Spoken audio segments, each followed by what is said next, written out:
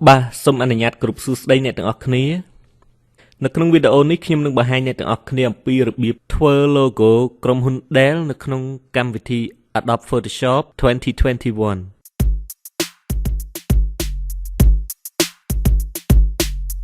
បាទនេះគឺជា logo ដែលខ្ញុំបាន download ពី internet មកអញ្ចឹងជំហានដំបូងគឺយើងបង្កើតផ្ទាំងរូបភាពឲ្យវាមួយមកដោយចុច key Control N នៅលើ keyboard រួចហើយនៅត្រង់ width នេះគឺយើងដាក់ទំហំ width ហើយនឹង height នេះឲ្យប៉ុនគ្នាបាទ width នេះគឺជាប្រវែងផ្នែកខាងលើខ្ញុំដាក់20ខនាតរបស់វាខ្ញុំយកជាសង់ទីម៉ែត្រហើយនេះខ្ញុំយក20ដែរព្រោះ logo វាមានរាងជាការ៉េបាទអញ្ចឹង width ហើយនឹង height គឺត្រូវប៉ុនគ្នាហើយ resolution នេះគឺខ្ញុំយក300ដើម្បីឲ្យវាច្បាស់ចំពោះ color mode គឺយើងយក RGB អញ្ចឹងមកបានហើយបាទប៉ុន្តែចំពោះ background content គឺយើងអត់យកពណ៌សឬក៏ពណ៌ខ្មៅទេគឺយើងយកជា transparent បាទពីព្រោះlogo របស់គេហ្នឹងគឺគេអត់មានពណ៌ផ្ទៃទេអញ្ចឹងយើងត្រូវយកជា transparent ដើម្បីកំណត់កុំឲ្យវាមានពណ៌ផ្ទៃខាងក្រោយបាទបន្ទាប់មកយើងចុចលើប៊ូតុង create បាទបន្ទាប់មកខ្ញុំចាប់ផ្ដើមធ្វើការគូររង្វង់បាទដោយប្រើប្រាស់នៅ selection tool បាទយើងយក elliptical marquee tool ហើយអ្នកទាំងអស់គ្នាត្រូវប្រកាសថានៅត្រង់ feeder នេះគឺលេខ0បាទហាមមានលេខនៅត្រង់នេះបាទបន្ទាប់មកដើម្បីគូរឲ្យចេញជារាងរង្វង់មូលគឺយើងចុច key shift ឲ្យជាប់រួចអូសមកបាទហើយយើងចុច space bar ដើម្បីរំកិលវាទៅលើឬក៏ទៅក្រោមទៅតាមការចង់បានរបស់យើងបាទខ្ញុំរំកិលវាទៅលើលែង space bar រួចទាញមកចុះក្រោមបន្ថែមបាទប៉ុណ្ណេះមកបានហើយរួចយើងធ្វើការចាក់ពណ៌បាទយើងคลิกនៅលើនេះរួចយើងចម្លងពណ៌នៅត្រង់នេះទៅដើម្បីឲ្យដូចគេតែម្ដងចុចលើ OK បន្ទាប់មកចុច Alt Backspace ដើម្បីចាក់ពណ៌ចូលខ្ញុំចុច V Move Tool បន្ទាប់មកចុចលើ Select យកពាក្យ Modify រួចយកពាក្យថា Contract បន្ទាប់មកយើងព្រម Selection ហ្នឹងឲ្យចូលមកក្នុងដើម្បីឲ្យបានកម្រាស់រង្វង់ហ្នឹងឲ្យប្រហាក់ប្រហែលរបស់គេមកមិនដូចរបស់គេឲ្យបានប្រហាក់ប្រហែលឥឡូវទីហើយខ្ញុំដាក់100អូខេបាទ100ហ្នឹងគឺស្តៀងហើយនឹងប្រហាក់ប្រហែលហើយបាទអ្នកទាំងអស់គ្នាអាចដាក់បន្ថែមបន្ថយលើនឹងតិចតួចក៏បានដែរបន្ទាប់មកយើងចុច key delete នៅលើ keyboard បាទរួចចុច control D ដោះ select បន្ទាប់មកយើងធ្វើការ design អក្សរបាទ design អក្សរយើងចុចទៅលើ tab tool បន្ទាប់មកយើង click បាទយើងវាយអក្សរចូលមក D E double L បាទយើងប្រិចទំហំអក្សរនេះធំមកដាក់ម៉ៅរំកិលទៅបាទហើយចាក់ពណ៌វាដែរមកអ្នកទាំងអស់គ្នាចុចលើ tab tool ម្ដងទៀត click លើវារួច select បន្ទាប់មកយើងចាក់ពណ៌នៅត្រង់ផ្នែកខាងលើនេះបាទយើងចម្លងពណ៌មកបាទ click កន្លែងនេះមួយមកហើយអូខេនោះយើងបានពណ៌ដូចគ្នាហើយបាទហើយពុម្ពអក្សរនេះគឺខ្ញុំអត់ដឹងថាពុម្ពអក្សររបស់គេដើមពុម្ពអក្សរអីទេអញ្ចឹងបើអ្នកទាំងអស់គ្នាចង់ឲ្យវាដូចគេតែម្ដងគឺអ្នកទាំងអស់គ្នាត្រូវ select មើល font ឲ្យច្រើនទៅបាទដើម្បីឲ្យដឹងថា font អីដែលវាដូចបាទឧទាហរណ៍យក font នេះចុះស្តៀងមិនដូចពេកទេបាទពូធ្វើក៏មិនដូចដែរបាទបន្ទាប់មកគឺយើងធ្វើការ copy វាជា2ជា3មកទាំងអស់គ្នានេះខ្ញុំចុចដើម្បី copy គឺយើងចុច Alt ឲ្យជាប់ហើយចាប់វាទាញមកអ្នកទាំងអស់គ្នាបន្ទាប់មកចុចលើ tab tool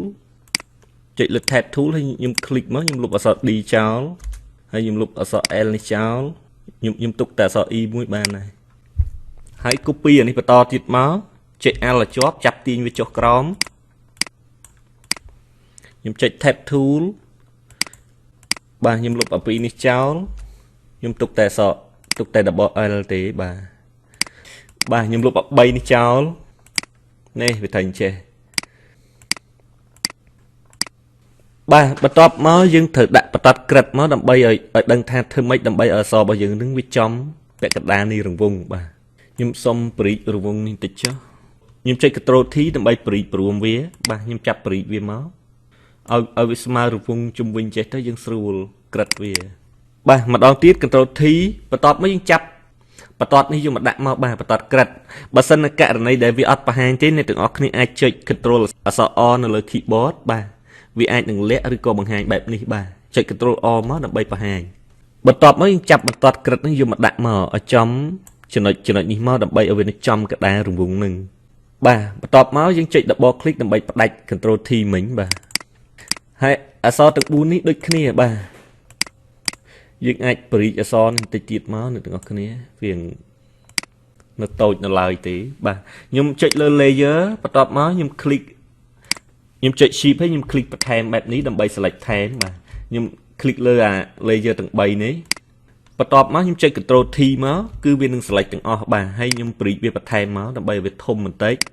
បាទហើយយើងដាក់វាចំកដាលដូចគ្នាអញ្ចឹងមកហើយបន្ទាត់ក្រិតនេះយើងអាចដាក់ចំកដាលនេះមួយទៀតបាទ click លើរង្វង់មួយ control T បន្ទាប់មកចាប់បន្ទាត់ក្រិតខាងឆ្វេងយកទៅដាក់បាទបែបនេះអីគឺវាចំកដាលអូខេចុច double click ដើម្បីផ្ដាច់អានេះមួយសិនបាទ select លើអក្សរ D control T មកបាទវាអត់ចំកដាលទេខ្ញុំរំកិលវាទៅលើប្រើ arrow key មកបាទនេះចំកដាល select លើអក្សរ E ឬក៏ click នៅត្រង់នេះក៏បាននៅពេលដែលយើង click លើនេះទៅវា select លើនេះ automatic បាទ control T រំកិលវាចំកដាលមកបាទបែបនេះឯងចុច double click អក្សរ L ដូចគ្នា control T បាទ double click ហើយមើលឆ្វេងស្ដាំយើងអាចរំកិលមកឆ្វេងបន្តិចទៀតក៏បានដែរបាទ select លើវាទាំង3បែបនេះចុច shift ហើយ click លើវាទាំង3នេះមកហើយចុច arrow key រំកិលមកខាងឆ្វេង control T យើងដាក់វាវែងបន្តិចបាទចុចទាញវាវែងបន្តិចមកបាទបែបនេះចុះ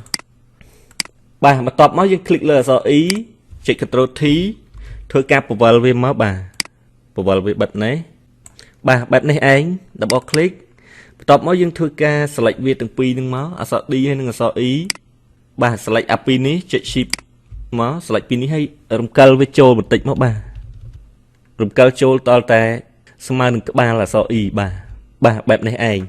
រួចយើងធ្វើការ select វាទាំង3នឹងមកចុច shift click លើអក្សរ D មកវា select ទាំង3អញ្ចេះយើងធ្វើការសេរីវារំកិលឆ្វេងស្ដាំបន្តិចទៅដើម្បីឲ្យវាស្អាតបាទបែបនេះឯងប៉ុណ្ណឹងគឺហើយនេះគឺជា logo របស់ក្រុមហ៊ុន Dell បាទបិទអានេះចោលឡើងប្រើហើយបាទបន្ទាប់មកយើងធ្វើការ save វាមកចុច file យកពាក្យថា save as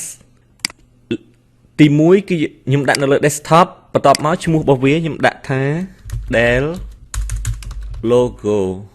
បន្ទាប់មកយើង save ជា file ដើម PSD ដើម្បីបើកវាយកមកកែថ្ងៃក្រោយចុចលើប៊ូតុង save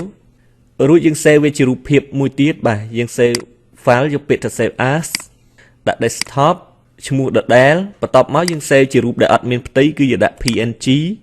រួចចុចលើប៊ូតុង save បន្ទាប់មកយើង tick នៅត្រង់ large file size នេះដើម្បីឲ្យវាច្បាស់ចុចលើប៊ូតុង OK មួយទៀតយើង save ជារូបដែលមានផ្ទៃមួយទៀតបាទបើសិននៅក្នុងករណីដែលយើងគិតថាអាចយកវាទៅប្រើប្រាស់បានចុច file យកពាក្យ save as គឺយើងយក JPEG នេះគឺទោះបីជារូបនឹងអត់ផ្ទៃក៏វាចេញមកជាផ្ទៃដែរប៉ុន្តែផ្ទៃរបស់វាគឺពណ៌សបាទបើអ្នកទាំងអស់គ្នាចង់បានពណ៌ផ្សេងតើយើងដាក់ពណ៌ផ្ទៃឲ្យហើយបាទអញ្ចឹងយកពណ៌សក៏បានដែរគឺយើងយកជា JPEG ចឹងមកគឺវាចេញផ្ទៃពណ៌សបាទ save បាទ quality គឺយើងយ